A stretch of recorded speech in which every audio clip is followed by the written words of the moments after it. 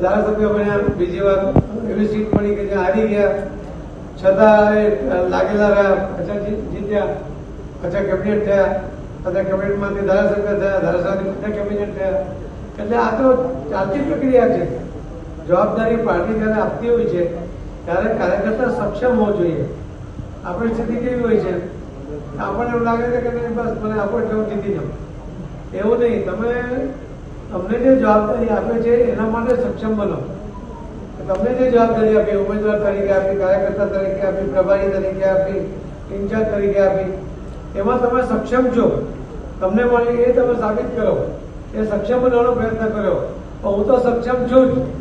તમે એક સીટની ક્યાં વાત કરો છો? હું તો આખો જિલ્લો જીતાડી દઉં એવી તાકાત લાવું છું, એવી ભાવના મનમાં નહીં આવવા દો.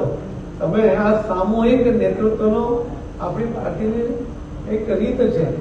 કોઈ એક વ્યક્તિ બહુ મજબૂત છે એના આધારે જીતી જવાય એવું માનતા નહીં. એવા બહુ બધા 30 માર્કા હતા ને બધા ઘરે બેસી જાય છે.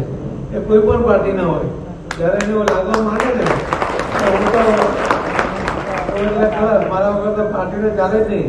હું ક્યારેય પાર્ટીમાં બન્યું નથી અને આવા લોકોના જવાથી ક્યારેય પાર્ટીને કોઈ નુકસાન થયું નથી. એના અનેક ઉદાહરણો છે.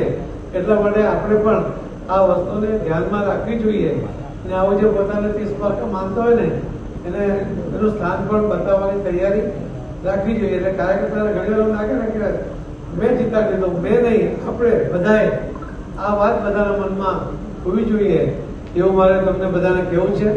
આમ તો તમે બધા જીતીને આવ્યા છો એટલે કાર્યકર્તાઓ જે મહેનત કરે છે ને એના પરિણામો આપણને મળતા હોય છે. ત્યારે જ ન્યૂઝરૂમ ગુજરાતની યુટ્યુબ ચેનલને સબસ્ક્રાઇબ કરો અને ઇન્સ્ટાગ્રામ અને ફેસબુક પર ફોલો કરો. અપડેટ રહો, સત્યની સાથે રહો.